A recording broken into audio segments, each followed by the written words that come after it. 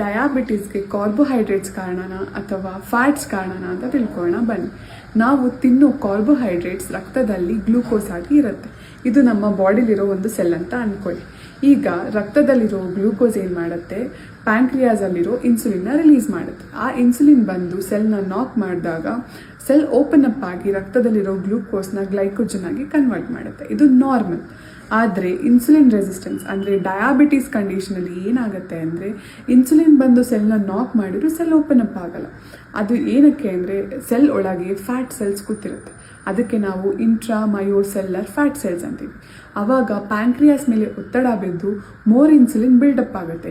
ಅದೇ ಕಂಡೀಷನ್ಗೆ ನಾವು insulin resistance ಅಂತ ಹೇಳ್ತೀವಿ. ಇಲ್ಲಿ ಕಾರ್ಬೋಹೈಡ್ರೇಟ್ಸ್ ಅಂದರೆ ರಕ್ತದಲ್ಲಿರೋ ಗ್ಲೂಕೋಸ್ ಕಾರಣ ಅಲ್ಲ, ಆದರೆ ಸೆಲ್ ಒಳಗಿರೋ ಫ್ಯಾಟ್ ಸೆಲ್ಸ್ ಕಾರಣ.